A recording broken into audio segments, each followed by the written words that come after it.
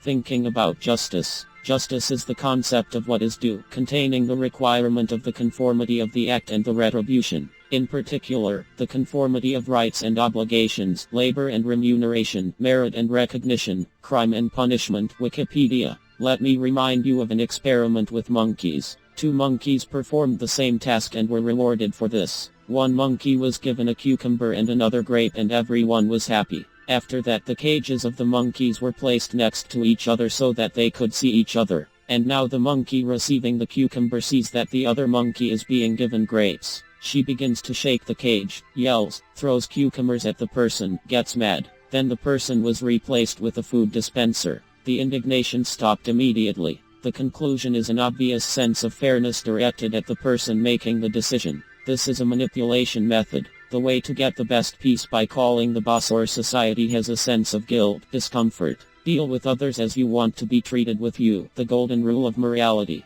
Who wants to be blamed, forced to make excuses, caused discomfort for your decisions. The fight for justice can be immoral, and therefore criminal. Fighters for social justice pass laws according to which they can take and divide other people's property. And such laws pass. Look, think and see for yourself.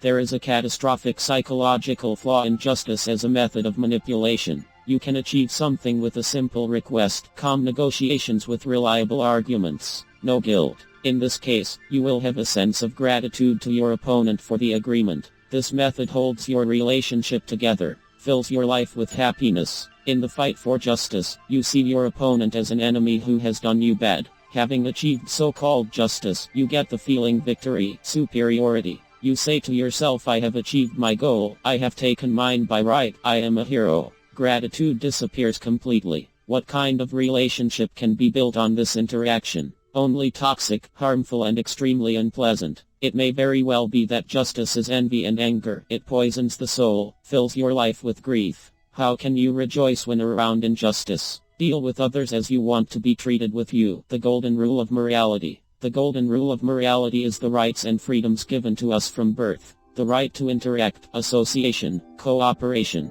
The right to dispose of property, health, time. Freedom of speech, opinion, inviolable.